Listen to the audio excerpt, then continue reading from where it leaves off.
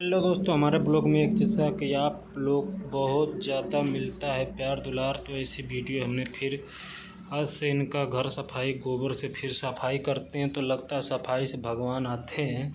उसी तरह हमारा चैनल पे भी सब्सक्राइबर और हमारा सब कुछ बढ़ता है, तो इसीलिए फिर से घर की सफाई हर रोज़ मतलब हफ्ते में 1-2 बार होती रहती है। तो आज फिर शुरू किया है इन्होंने घर की सफाई, होमवर्क क्लीनिंग। गोबर से देखा सुंदर मेहरारू गोबर से लिपाई पोताई करे में लगल हैं। जैसन अपने सुंदर है वैसे सुंदर सुंदर घर बनावेली, और उतना जितना सुंदर है उतना सुंदर सुंदर गुस्सा भी आवेला।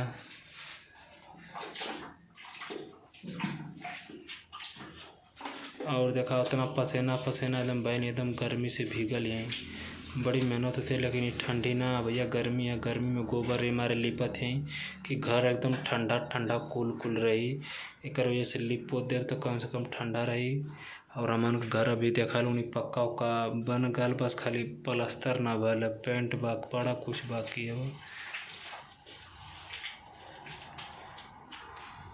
तो ये मेहनत तो लोगन खातिर इतना देखा पसीना भीग भीग करत ही कि कम से कम लोगन तनी से एक बार देख के तो कम से कम सपोर्ट करा इन पर।